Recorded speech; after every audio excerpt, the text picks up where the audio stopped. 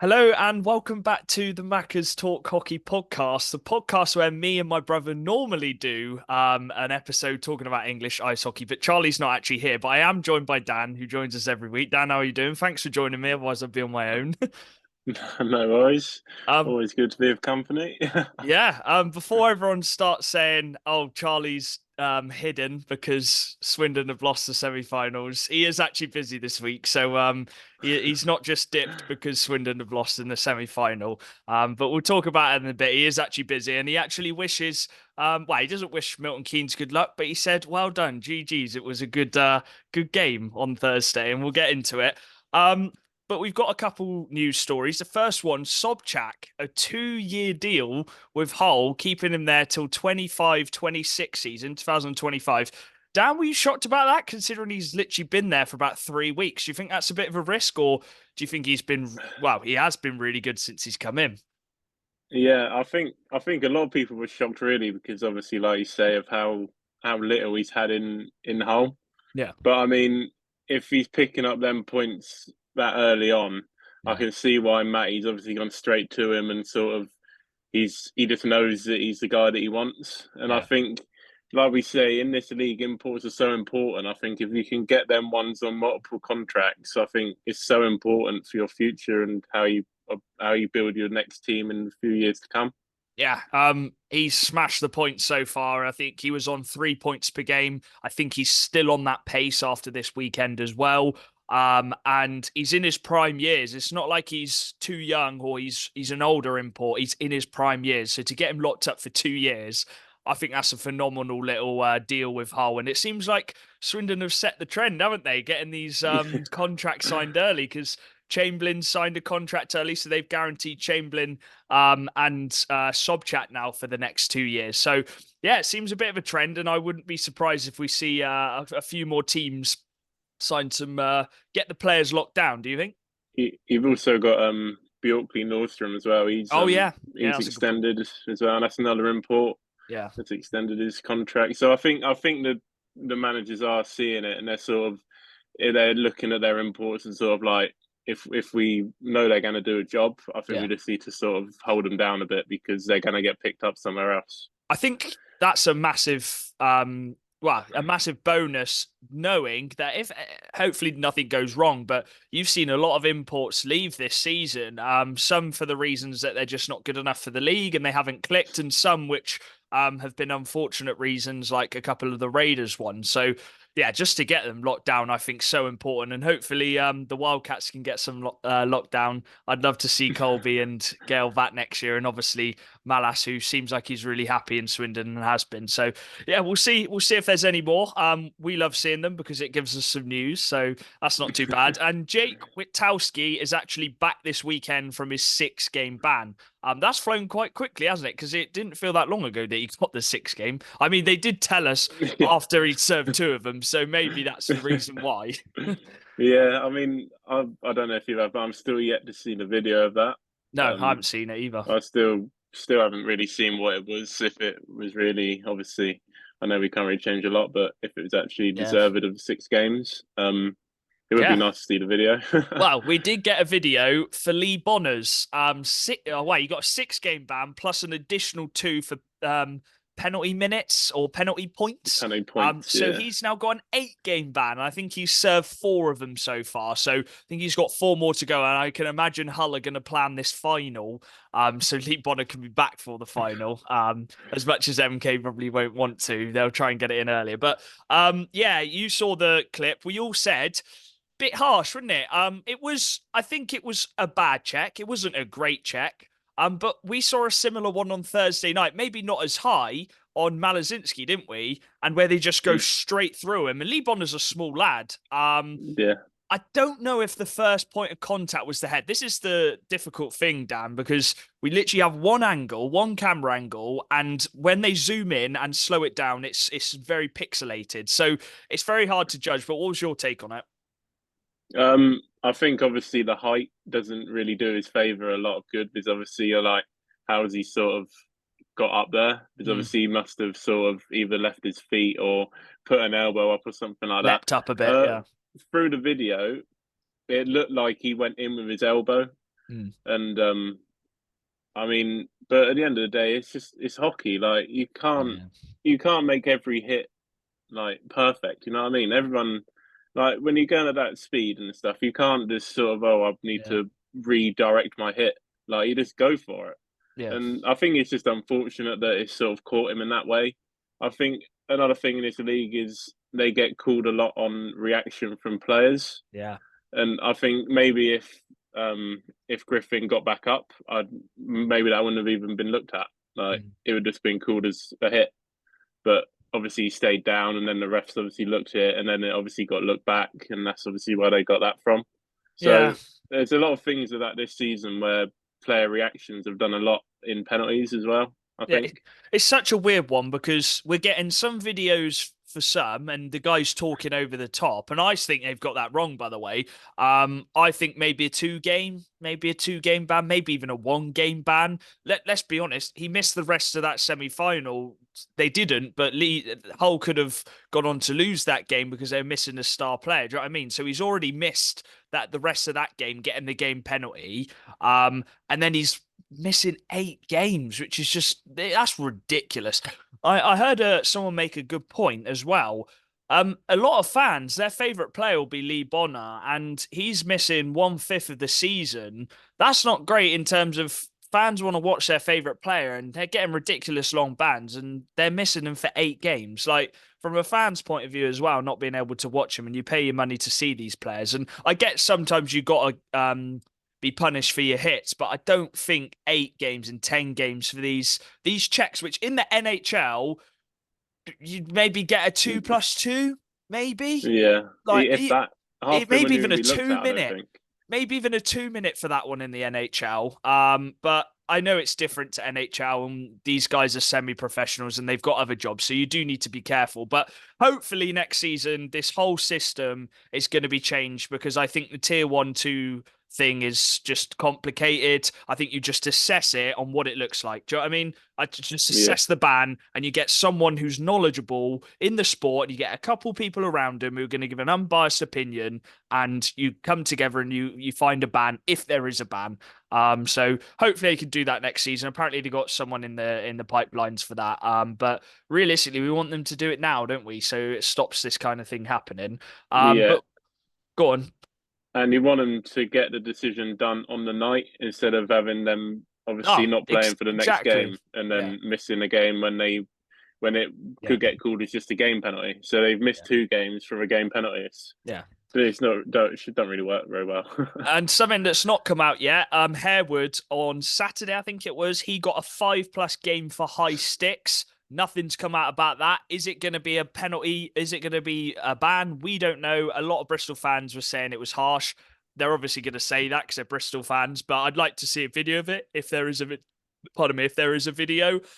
So yeah, we've said what we needed to say on that. Let us know what you think in the comments. The right way to go about it. Team GB, a clean sweep, 3 out of 3 this weekend. And they definitely they smashed their opponents. On the first night, it was a 10-1 win against China. On the Saturday, they beat Serbia 11-0. And then on the Sunday, it was a bit of a closer one, but they still beat Romania 7-4. So shout out to Sam Jones. He got a couple of goals this weekend, former Wildcats, and obviously played in our league. And then shout out to Cole Shudra as well. He picked up his first GB goal. So nice to see them Yeah, get on the score sheets. And I think GB progressed to the next qualifying stages for the Olympics. So hopefully they yeah. can go all the way and we can see GB on the TV. That would be nice, Dan, wouldn't it? Oh, would be very nice. Yeah. It'd be even better seeing them live as well. I quite like watching Yeah. GB live. It It's depends where quite it's quite good to watch. Yeah, depend where it is, but I'd I happily mean, travel to see it it if it's could not be too another far. hockey trip. Yeah, I'm down. I mean, I'm off to Canada in literally a week tomorrow, so I'm Oh. absolutely buzzing for that. The last bit, I haven't really got any more news. It is the MK. Now, MK are through to the finals. It was a very cruel ending, wasn't it, Dan? It was an absolutely phenomenal game.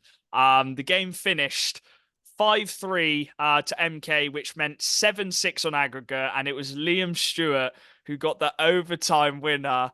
And the it went mental, didn't it? The barn, even though it wasn't actually packed out, it was on a Thursday night. It did erupt, and I'm not gonna lie, I'll put this out there. I nearly got upset. I nearly cried. I honestly, the emotions throughout the game, Dan, even though you're not an actual Wildcats fan, that it was gripping, wasn't it? Yeah, it was really good. I really enjoyed it. As a mutual, it was an unreal game to watch. Yeah. I'm so glad I got there. But obviously, watching Swindon a lot this season and stuff, I feel like they deserve that. They deserve to win that game. Yeah. They it's sort of all the things that obviously you guys have been through and stuff like that, and seeing how you've reacted. That would just been like the icing on the cake, I think. Yeah, it would. Just getting through to the final. But But fair there's play still to Milton playoffs. Keynes. Yeah, there's still playoffs for Swindon, but fair play to Milton Keynes. They got it done. They got the bottle in the end to get it over the line in overtime, which they've been heavily criticised on. And it actually started in their favour, didn't it? The first period, I thought a couple sloppy goals. You know what I mean, that they took a 3-1 lead, I think, into the first period, so we were down by one. We come back. We said the next goal was key, didn't we? And we played a really good second period. I thought that could have been our best period of the whole tie, I think. And we Yeah, only ended up coming out of that in a 1-1 period. And I thought, oh, that was a bit gutting, it wasn't it? And then the third period, I thought it was bits of both from both teams. They were just giving it their absolute all. I thought the chance Swindon possibly had, Dan, was that 5-on-3. And I know we scored on the 5-on-3, but there was still a minute and a half, I think, roughly, remaining of the 5-on-4. If Swindon scored on that, I genuinely believe we could have gone on and won that, because I think MK would have just, I think it would have rocked him a bit. But fair play to Milton Keynes. I think Swindon actually killed a penalty after that as well. So it was just back and forth, an unbelievable game. And Rutkiss scored a couple as well, former Swindon. So that was a bit of a dagger, wasn't it? But no, it was a phenomenal game. Fair play to Milton Keynes. You'd rather see those games though, Dan, wouldn't you, than just 5, 6, 7, 8 nilers, wouldn't you? yeah, 100%. It's always good to see teams fighting for that spot. Obviously, a final is the best of the group, Yeah. and they're the ones who get to the final. So you want to see teams fighting for that spot. You don't want to see teams just walking through and obviously taking it. You want to see teams actually competing for that spot, and Yeah. that's definitely what we saw. But credit, as I flipping heck, I'm crediting Milton Keynes a bit too much here. But fair play to them, because they've received a lot of backlash, haven't they, recently, in terms of the bottle and can they get it over the line? They haven't won a trophy for, is it 4 or 5 seasons or 3 or 4 seasons? They need to get that first one since dropping back down, don't they? To our league, and I think this is the best chance they've got. And yeah, they're up against the whole side who've had their number this season, so this will be the real. I think big prove to everyone that you can do it, wouldn't it? If they can go and beat Hull. Yeah, 100%. I think they've put a lot of pressure on their shoulders as well, because obviously the roster that they've got should be 100% Yeah. winning everything. Yeah. Um, so, so they've sort of got a bit of pressure on them now, because they have to win this final. Really, they Yeah. can't. I think the fans will be disappointed with anything less than 2 trophies now. I'm guessing, because Yeah. the league is still there, but I think Leeds will still take that. Yeah, it's But quite a long chunk in it. So yeah. they want to get that first trophy. And Ripley, obviously, we talked about it quickly in the last episode. He come in, he played on the second line. I think he was just defensively sound. He drew a few penalties. He was exactly what I thought he was going to be, and bring that just calmness to the team, wasn't he? And then the rest of Mhm. the point scorers just got them big goals, didn't they? Yeah, I think he did what was expected of him. I listened to the Tim Wallace interview after, and Yeah, he said he gave him a load of strategies, gave him a load of yeah, systems to go through, and I think he just did the job. He just did the yeah. basics, and I think obviously on your debut coming into a cup semi-final second leg when you're a goal down is obviously you just want to do the job and just not Yeah. make a mistake, and he definitely didn't. I mean, I would have took him, wouldn't I? Yeah, We know. I I think think a lot every of teams team would have would. loved to have a little loan for a semi-final with an elite league player. It's nice, isn't it? But no, it was all Yeah. right. And I'm just so proud of Swindon, though. I know we bang on about it, but We got a comment last week. Are they ever going to go an episode without crediting Aaron? But credit Aaron and the boys.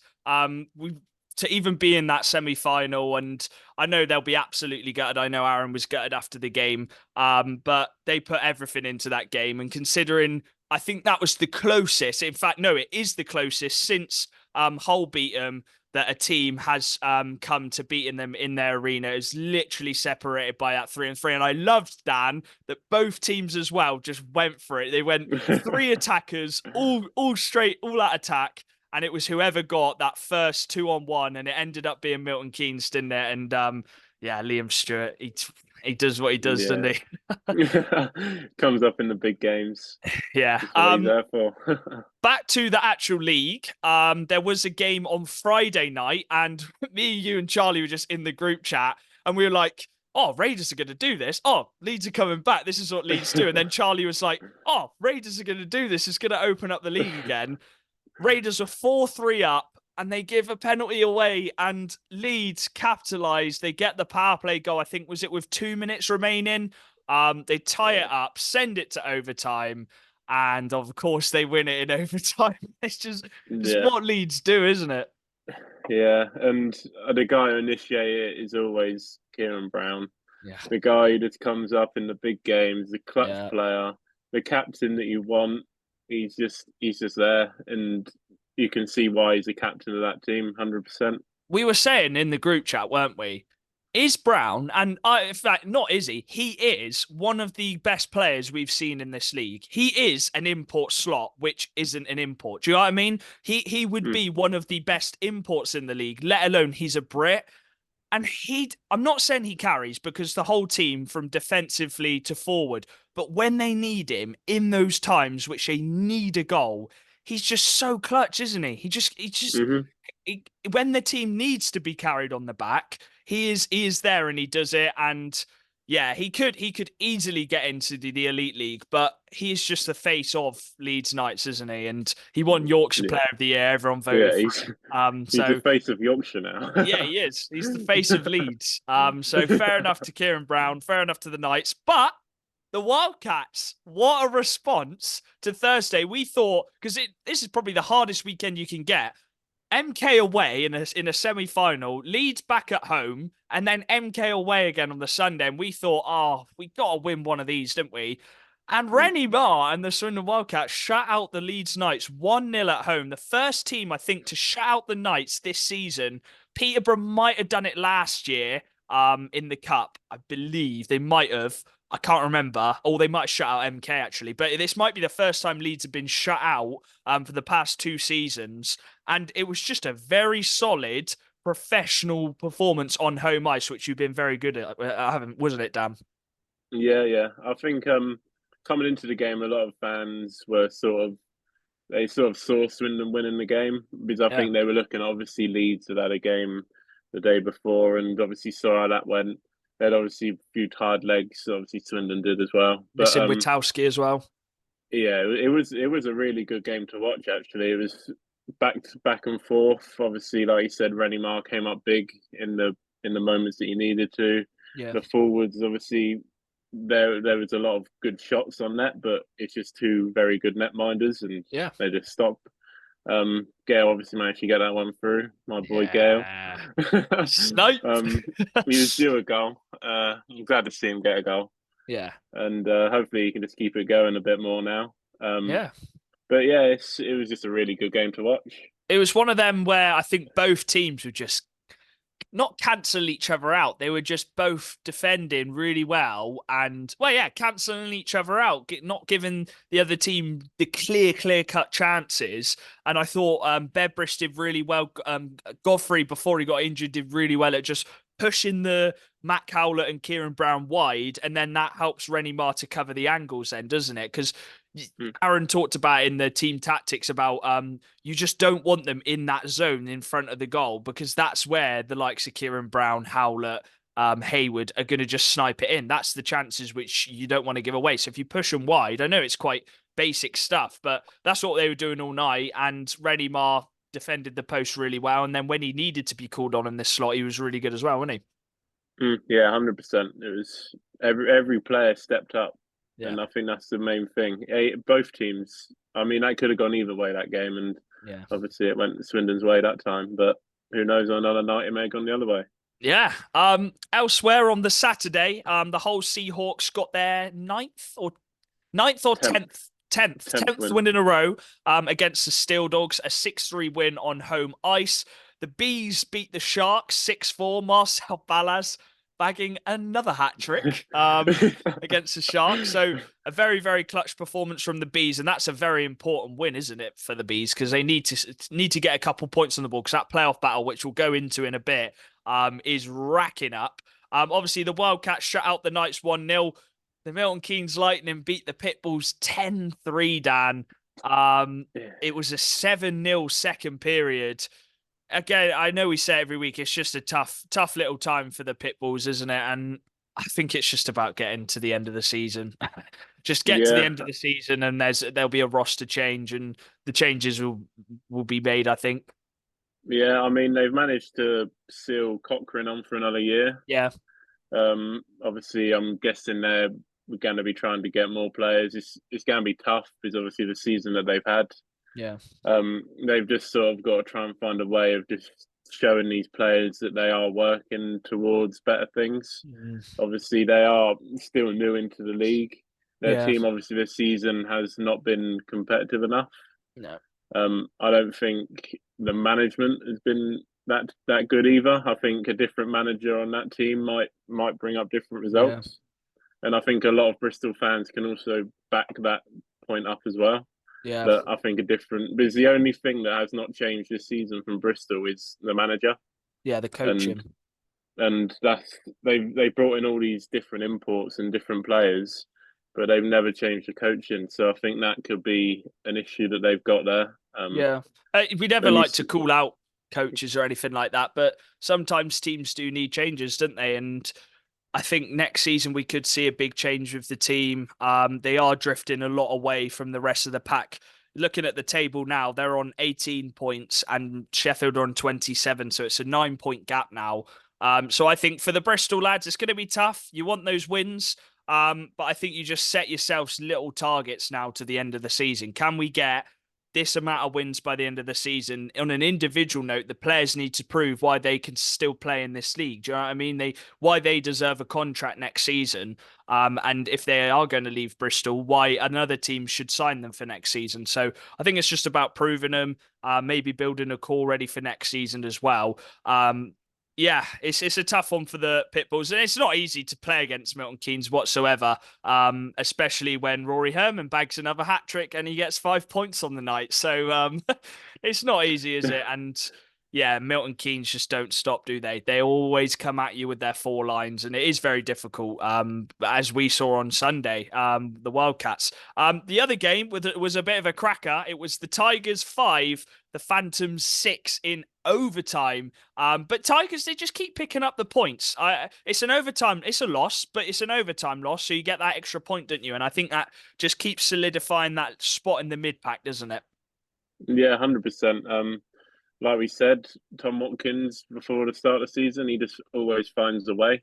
Yeah, In some of the games where you don't feel like Telford have been like the better team, he just always finds a way to at least get one yeah, point. yeah, And obviously, I think in this stage of the season and where they are in the league, I think that's all you really need. You just need to win those important games. yeah, Obviously, Peterborough is a game. Obviously, they'd want to win, but it's not as important as a win against like Raiders or the yeah. teams that are around them in the league. They're obviously going to be wanting to pick up those extra points, but the ones that they need to win are the ones that They they do are win. going to win. Yeah. Yeah. Just a shout out, and we've got a little Charlie mentioned it. I think you and Charlie had a chat. Ferrara got a hat trick as well. So it was a weekend for the hat tricks, wasn't it? And he came in clutch. Sorry, I've lost my words there. Luke Ferrara, Charlie actually got a statement out. Is he the best shooter in the National Ice Hockey League, Dan? Obviously he's spent time in the Elite League, and he was the top scoring British player when he was at the Coventry Blaze a few seasons ago. And in a Peterborough team which is not renowned for a very attacking style, like you'd say Milton Keynes, Leeds, he has picked up the points this season. He's picked up a lot of goals. So I think the debate's there to be had, isn't it? there's always a debate there. But there are a lot of good shooters in this Yeah. league now. Brown will say otherwise. Herman will say otherwise. You got Gale as well. When he Gale, gets yeah. on target, he's got a beauty of his shot, but it just goes a bit high Yeah, sometimes. sometimes it goes over, doesn't it? But no, it's a lot. You make a good point. There are a lot of shooters, but Ferrara just gets it done, doesn't he? A bit like Yeah. Brown when Peterborough need that guy to get him in the clutch moments. Ferrara is that guy, isn't he? And Hmm. yeah, he picks up 2 points for Peterborough on the road against Telford. That's not too bad. No, and the thing is, he's always been that guy at Peterborough. Obviously, when he was there before, they always looked at when I remember when all three of the Ferrara brothers were playing on the same team, and Yeah, they were always the players that everyone looked at. And yeah, he's just come straight back in. He's like he's never been gone. He's just a Ferrara. He's Peterborough. He's yeah. just never gonna Peterborough, be weird seeing him. You know what I yeah, mean? Peterborough born and bred, aren't they? All three of them. Exactly. Yeah. So yeah, and on the Sunday, they secured the 4 point weekend, a 3-2 victory against the Bees. It sounded like a very close game, actually. The Bees are giving teams some good games. Yeah, especially in Peterborough as well. Obviously, Mm, we know it's not the easiest place to go on a Sunday night. yeah, But I mean, yeah, they'll be happy with that. I think 3-2 against Peterborough. I yeah, don't think there'll be any complaints. And they won the night before against yeah. that was an important win for them because, like I say, the teams around them. But yeah, I I think think for confidence. the big thing for them is that they're battling with every single team, aren't they? I know Hmm. Bristol have had a tough season. Sheffield are finding it a bit tough at the moment. But the big thing for Bees is they are still in and around that playoff spot, and they are challenging the teams every time, showing that they are good enough for this league and to be competing at the top with those other teams. Yeah, you've seen a lot of like the Bees fans and the Bees like media teams. They've been tweeting about points over the past years, Yeah, and this season has by far been their best season since even they've gone to Slough. There's a few stats going around like how many points they've got in a season yeah, from when they've moved to Slough, and I think yeah they've already hit like more points in both of them years, yeah. and it definitely obviously they it helped with obviously Bison dropping out, but. I think it's definitely been a good little recruitment from Goodbye Dom's this season. Yeah, I just said it there. Dom's built up a nice little roster, isn't he? I think he's built Yeah, his roster, the roster he wanted. And whenever a coach gets the players that he wants in that can play the game he wants, Balaz, it works out, doesn't it?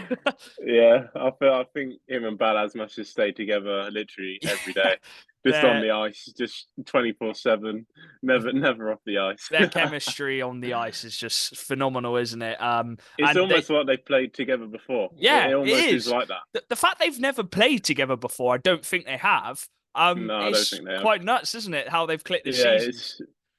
it's good though. It's good for them. Yeah, yeah, yeah. And I'm sure Balaz.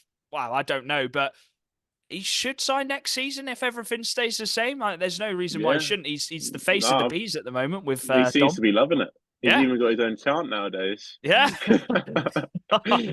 A big result for Sheffield. 6-3 over the Pitbulls. Obviously, the Steel Dogs have found it tough the past few weeks. But their big players stepped up, and it seems like a big team effort on that Sunday at home. And they got the 6-3 victory, which is a very nice win, actually. And again, it just highlights that the Pitbulls are struggling, doesn't it? But we'll Yeah, it focus on does. Sheffield because that is a very big win. Yeah, it's very big. And they Obviously don't when have they're at Hewitt home, playing as well. no, I yeah, I don't didn't think think he's they been did. playing. So, yeah, I that's not. saw Bissonette scored. Yeah, of course. Saw Vlad got. I saw Morgan got 2 goals. I think. Wow. Uh, Fair play to the D man stepping up. Yeah. But yeah, I think at home they are a good team at home. Like they do. I know they don't get the fans, but I think they are really comfortable playing in that rink. Yeah. And a lot of teams, because it's so big, and obviously I know it's not filled out, but it can be a bit intimidating when you see the big ice. You know what I Yeah. mean? Yeah. And obviously Sheffield have been there. Them players as well, like the core players, have been there for ages now. So it's Yeah. just like second nature to them. But a few teams come into that rink will think, okay, this is a big ice pad, Yeah. and They're used obviously to a lot of playing on it, aren't space. they? So Yeah, it's yeah, and it's their home. Yeah, that's what I mean. And obviously, we say about MK with the fans and stuff, they haven't got the fans, but it's just the ice pad itself is can be intimidating to the players, I think. Yeah, 100%. You actually went to a different game to us on the Sunday. You thought, you know what? Because I said to you, I said, what's the team closest to you? And one of them's the Raiders, and you visited an 8-2 game. The Raiders beating the Seahawks, ending their streak and getting a fantastic win as well, wasn't it? 8-2. Talk us through the game. Um, it was a very good game. Hull started off the game really well. I honestly going into the game, I said, yeah, Hull have got this because obviously 10-game winning streak and all that.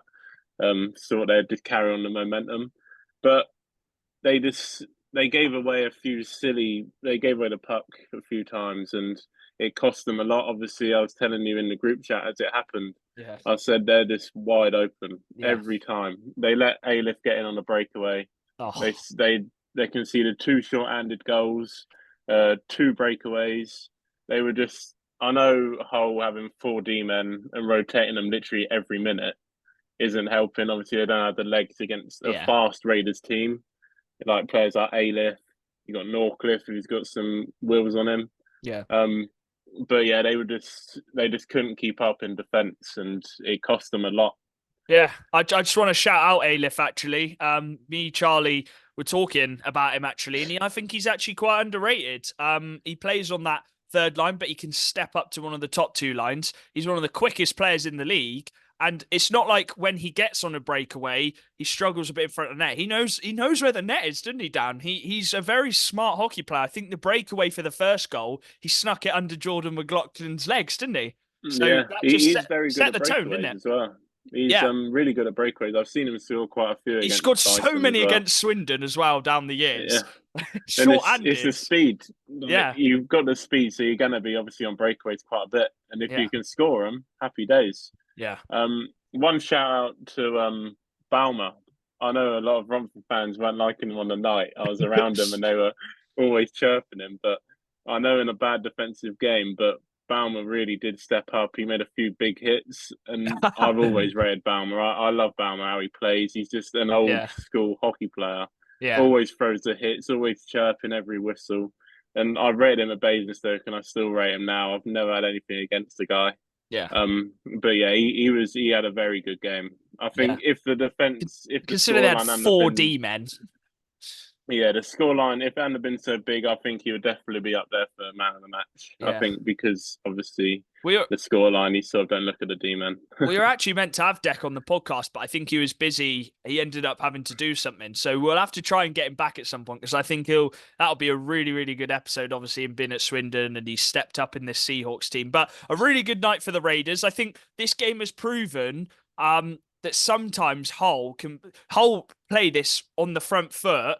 But I think this was the game where it went a bit wrong, didn't it? And they conceded a lot of breakaway chances. I think it was similar to Swindon's game where we beat them 8-3, and there was quite a few breakaways in that. So sometimes it just shows that the tactics on the night might not work in a couple mistakes, and they'll just want to wash that one away, get a few players back. Yeah, Obviously, Lee's out. I think Ulrich was in the Elite League or something as well. yeah, So he's playing. yeah, Yeah, so get a few I, players back, and they're I think better. they had 15. I think they had 15 skaters, Yeah, and you could definitely tell they did look very tired. yeah, Raiders were just relentless with obviously yeah. momentum. They had three solid lines rolling out all the time. Watch Shout out out for the to Raiders. shout out to Prevo as well. I worked Yeah. out his name yesterday. I heard a Is lot it of fans Prevo, is talking it? about him. Ah, okay. Yeah, it's Prevo. Yeah. But they obviously stepped up into forward, Yeah. and he did look very good. Obviously, I liked his puck handling from D, like moving up into the offense. Yeah. But when he's actually a all out attacker, he's very good on the puck, and Yeah. I rated him a lot. Yeah. Massive win for the Raiders. Watch out for them. I do expect them to be in that playoff spot. They've got the team to do it. They've got the coaching to do it. So be very tight. The final game I'll quickly go on to because we're running out of time is the Milton Keynes game against Wildcats. What I'm going to say on this is we ended up going into the game with 9 forwards and 5 D men, and then Malazinski, I think, might have picked up a knock or something, and he ended up missing the whole second half of the game anyway, and he actually scored a really nice goal to tie it up. And the depth of Milton Keynes, even though they've got a few injuries, they're still rocking 4 lines, 12 forwards, 60 men. It's just relentless. And that third period, I think it was 5-3 going into the third period. Oh no, it's four. I can't remember, but it was a 2 goal margin. The next goal was crucial. We threw everything at it. The players are absolutely shattered, but the Milton Keynes just keep rolling them lines. And I guess when they announced it, £80,000 in their supporters club. That's unbelievable. They are the richest team in the league, but that is a massive because of the fans. So fair play to them. I know a lot of people don't like it. Charlie doesn't like it too much. But they have an unreal roster, and yeah, it's just hard to beat them when we only ended up finishing the game with 8 forwards, 5 D men, and they've just got wave after wave coming at you. So yeah, I'm proud of the boys. The other result was Knights 6-0. Yeah, 6-0. What a response. They don't lose back to No, back, do they, Dan? They don't no. they don't score against the Wildcats and they get shut out. Oh, we'll go and win the next game 6-0. Yeah, It's they had to nuts. sort of make a statement now, I think, because some of the fans, even though they lost like a game, they Yeah. were getting a bit shaky. So they were like, "Don't worry, we're not Yeah. going to lose anymore." Yeah. So that ended up a very busy week of the National Ice Hockey League. Hopefully Charlie will be back next week. I'm not sure what we're gonna do. I think I'm gonna get the episode out on the Monday, and then I'm literally flying off to Canada on the Tuesday. So we'll try and get an episode out. We might not have a player interview for a couple of weeks. We haven't had one for a while, but I've been sorting out stuff on my project with interviews and stuff. So I've been doing them, but I'm sure we'll have a player in the next couple of weeks.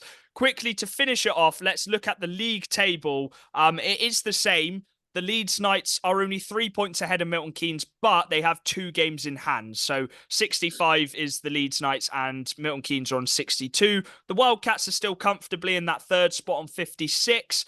The whole Seahawks are on 49 and Phantoms are on 47. Telford are in that middle spot. And then this is the big one, Dan. This is, I think, going to be, because Leeds should go on to win the league now.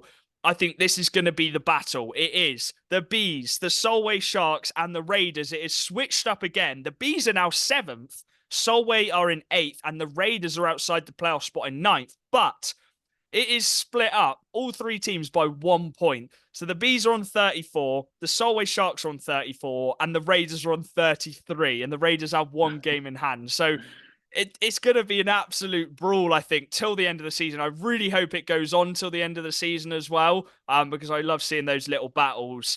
And I think Sheffield are 6 points behind, so they're a bit behind. And then obviously Bristol on 18 points, and they're struggling a lot at the moment. They need to get their first win of 2024. I think they haven't had one for a while. So yeah, we'll see if they can do that this weekend. Anything else to add, Dan? We've got a minute left. No, I think I've said everything I needed to. Yeah, I think I think Wildcats that's are all. playing Friday night against Sheffield, so we'll see how that goes. And then we got an off game on Sunday. We don't have a game on Sunday, so I might go drive to another game, Yeah, depending on how and I'm feeling. I need to find a game for that Yeah, Sunday as well. So I I might have to it join looked you. like you really enjoyed going to another Yeah, different game. yeah, no, it was good. I thought it was going to be a good game, and yeah, it did a lot of Yeah, goals, so can't yeah, we'll see. We'll complain. see Sunday. Charlie should be back next week. We'll try get it out on Monday. We hope you've enjoyed this episode. Follow all our socials at Macca's Talk Hockey on Twitter, Facebook, and Insta, and we'll see you in the next one. Peace. See you later.